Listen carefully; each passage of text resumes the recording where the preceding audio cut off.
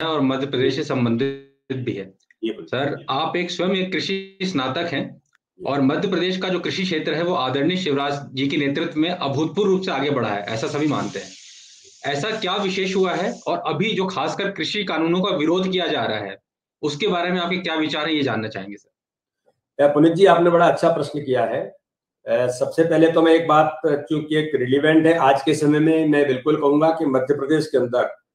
माननीय प्रधानमंत्री जी के इस एक्ट का,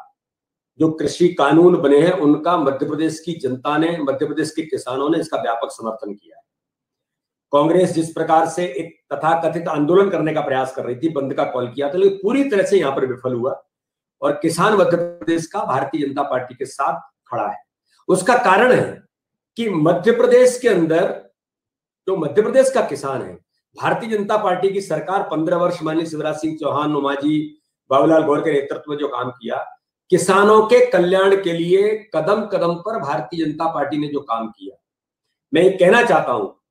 कि इंफ्रास्ट्रक्चर की दृष्टि से मध्य प्रदेश के अंदर जो दिग्विजय सिंह की सरकार 2003 से पहले थी, सड़क, बिजली, पानी नाम की चीज मध्य प्रदेश के अंदर नहीं थी, दुरावस्था का दौर था। इसलिए हमने उस समय उनको मिस्टर बंटाढार का नारा दिया था, जिन्होंने पूरे मध्य प्रदेश का बंटाढार कर दिया। लेकिन भारतीय जनता पार्टी की सरकार जब आई तो 7 लाख हेक्टेयर क्षेत्र में सिंचाई होती थी, लेकिन शिवराज सिंह चौहान की सरकार ने मध्य प्रदेश के अंदर 40 लाख हेक्टेयर से ऊपर सिंचाई की परियोजनाएं, सिंचाई का रकबा देकर के किसानों को जब पानी मिल गया और बिजली जो मिलती ही नहीं थी, बिजली कब आएगी ये लोग सोचते थे, मध्य प्रदेश को किसानों को बिजली भरपूर जब मिली और श्रद्धेय प्रधानमंत्री अटल बिहारी वाजपेयी जी की उस समय की योजना कि गांव गांव से सड़कों को जोड़ना, प्रधानमंत्री ग्राम सड़क योजना जो शुरू हुई थी भारतीय जनता पार्टी की सरकार में अटल जी के नेतृत्व में, गांव गांव सड़कों से जुड़ गया। माननीय प्रधानमंत्री जी जब पिछले कार्यकाल में मंडियों को सशक्त बनाया,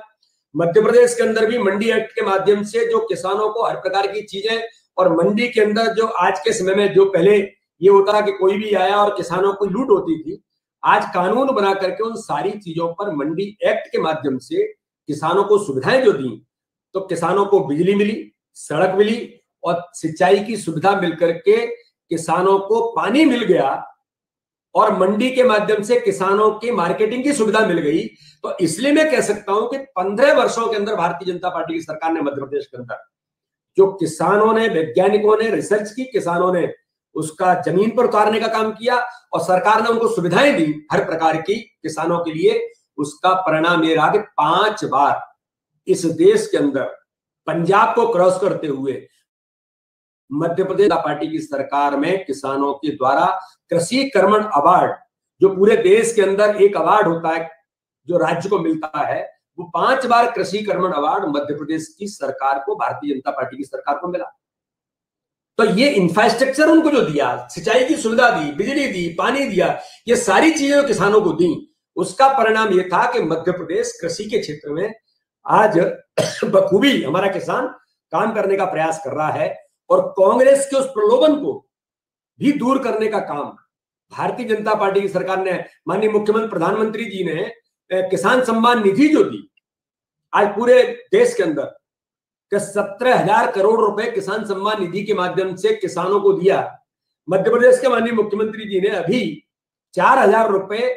मध्य प्रदेश के किसानों को किसान सम्मान निधि जोड़कर 10,000 रुपए किसानों को किसान सम्मान निधि हमने दी। तो उसका परिणाम यह कि मध्य प्रदेश का किसान आज भारतीय जनता पार्टी केवल कहती नहीं है,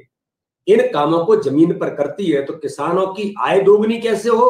किसान सक्षम कैसे बने, किसान समृद्ध कैसे बने, किसानों की समस्याएं जो होती हैं उनको हम कैसे दूर कर सकें, इन सारी चीजों को मुझे ऐसा लगता है कि मध्य प्रदेश के नेतृत्व में भारतीय जनता पार्टी की सरकार ने बखूबी किसानों के साथ खड़े होकर के उनको समाधान करते हुए उनको आगे ले जाने का प्रयास किया और उसी का परिणाम है कि कृषि कानून के साथ भी जो माननीय प्रधानमंत्री जी ने इस देश को दिया है, किसान मध्य प्रदेश का उनके साथ खड़ा है।